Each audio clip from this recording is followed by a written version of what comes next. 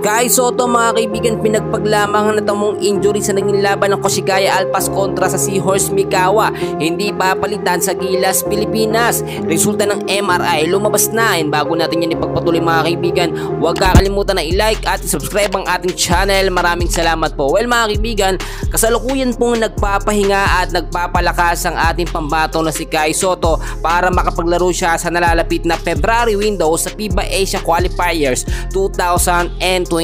Magiging malaking kawalan po kasi kapag ka nawalan tayo ng legit na sentro o pambansang big man natin na si Kai Sotto mga kaibigan. Maraming lalungkot mga kaibigan yung pagkakadulas si Kai Sotto, kumpirmado yon. Hindi po yun sinadya. Magkait gayon man, hindi po siya nakatamo ng major injury, bagkos minor injury lamang at gagaling po sa loob lamang ng ilang mga linggo. Lumabas na rin yung update patungkol nga po sa naging resulta ng examination sa ating pambatong ni si Kai. So far okay naman si Kai Sotto, kinakailangan lamang pahinga ng ilang araw at sasabak na po siya sa pagpa-practice muli. Pero nakakalungkot dahil hindi po natin muling makikita si Kai Sotto maglalaro sa mga susunod na laban ng Koshigaya Alpas. Magkagayon man, okay na rin po yun mga kaibigan, kaysa naman pilitin ni Kai Sotto na maglaro at mapasama siya. Mas mahalaga yung magiging laban ng Gilas Pilipinas kontra nga po dito nga po sa FIBA Qualifiers 2025. Para sa akin mga kaibigan, kung titignan nyo si Kai Sotto talaga ay dapat magdahan-dahan dahil nga po 7-footer siya 7'3", talagang prone siya sa injury. Yung pagkadulas niya medyo delikado ho yun. Kung saktong napasama pa ng todo yun, baka hindi makapaglaro ng ilang buwan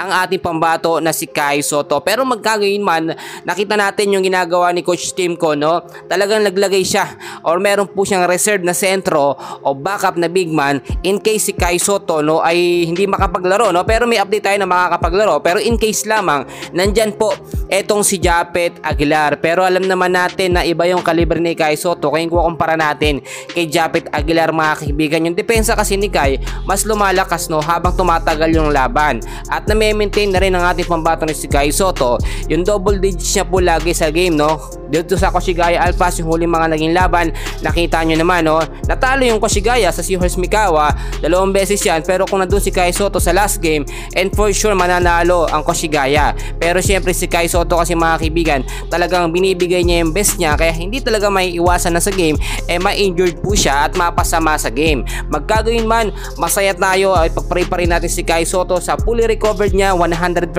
para maging all goods po siya sa laban ng Gilas Pilipinas dito sa FIBA Asia Qualifiers 2025. For now, yan muna ang update natin, and please huwag kalimutan na mag-like and subscribe. Maraming salamat po.